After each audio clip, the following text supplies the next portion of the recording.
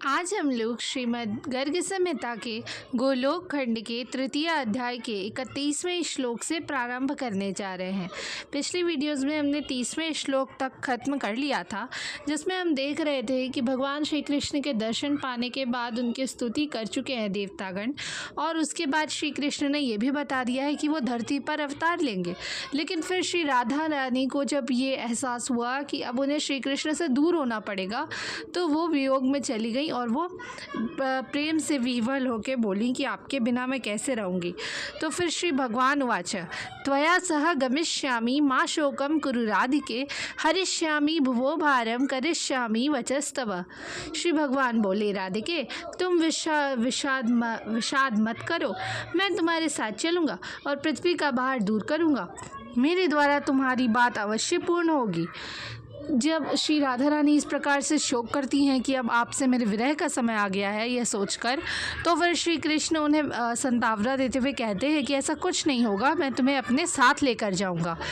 जिसके पश्चात श्री राधिको वाच यत्र वृंदावनम नास्ति यत्र नो यमुना नदी यत्र गोवर्धनो नास्ति तत्र में न मनः सुखम।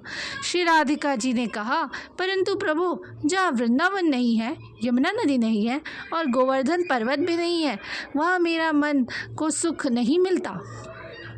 अब हमें ये ज्ञात होता है यहाँ से कि वृंदावन, गोवर्धन पर्वत और माता यमुना शुरू से इस धरती पर नहीं थी, वो साक्षात गोलोक धाम से यहाँ आई हैं, इसलिए उनका महत्व इतना ज़्यादा होता है।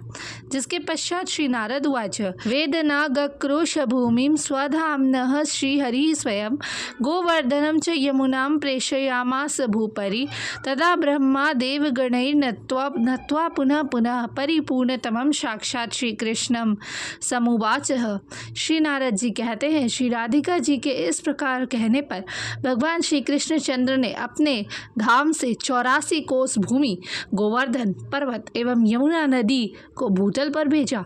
उस समय संपूर्ण देवताओं के साथ ब्रह्मा जी ने परिपूर्णतम भगवान श्री कृष्ण को बार बार प्रणाम करके कहा। श्री ब्रह्मोवाच अहम कुत्र भविष्यामि कुत्र त्वं च भविष्यसि एते कुत्र भविष्यन्ति कैर्गृहैश्च नामभिः। श्री ब्रह्मा जी ने पूछा, भगवान, मेरे लिए कौन स्थान होगा, आप कहाँ पधारेंगे तथा ये संपूर्ण देवता कहाँ उत्पन्न होकर किन घरों में रहेंगे और किन किन नामों से इनकी प्रसिद्धि होगी। ब्रह्मा जी पूछ रहे हैं कि आप किस जगह पे अवतार लेंगे। मतलब ये तो पता था उन्हें कि वो यदुकुल में लेंगे, परंतु यदुकुल में भी धरती पर इतने सारे स्थान हैं, वो कहाँ पे जन्म लेंगे।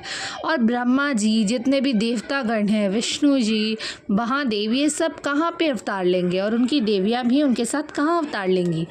जिसके पश्चात श्री भगवान वाच वसुदेवस्य देवक्यां भविष्यामि परः स्वयं रोहिण्यां मत्कलाशेषो भविष्यन्ति न संशयः। श्री साक्षात् रुक्मिणी भैष्मी शिवा जाम्बवतीस्तथा सत्या च तुलसी भूमौ सत्यभामा वसुंधरा। श्री भगवान ने कहा, मैं स्वयं वसुदेव और देवकी के यहाँ प्रकट होऊंगा। मेरे कला स्वरूप ये शेष रोहिणी के गर्भ में जन्म लेंगे, इसमें संशय नहीं है। साक्षात लक्ष्मी राजा भीष्मक के घर पुत्री रूप से उत्पन्न होंगी। इनका नाम रुक्मिणी होगा और पार्वती जाम्बवती के नाम से प्रकट होंगी। तुलसी सत्या के रूप में अवतार लेंगी और पृथ्वी सत्यभामा के रूप में प्रकट होंगी। श्री कृष्ण यहाँ पे बता रहे हैं कि वो माता देवकी और पिता वासुदेव के घर पे आएंगे, और जो माता लक्ष्मी हैं वो होंगी रुक्मिणी और माता पार्वती जाम्बवती होंगी। तुलसी जी सत्या नाम से आएंगी और पृथ्वी जी सत्यभामा।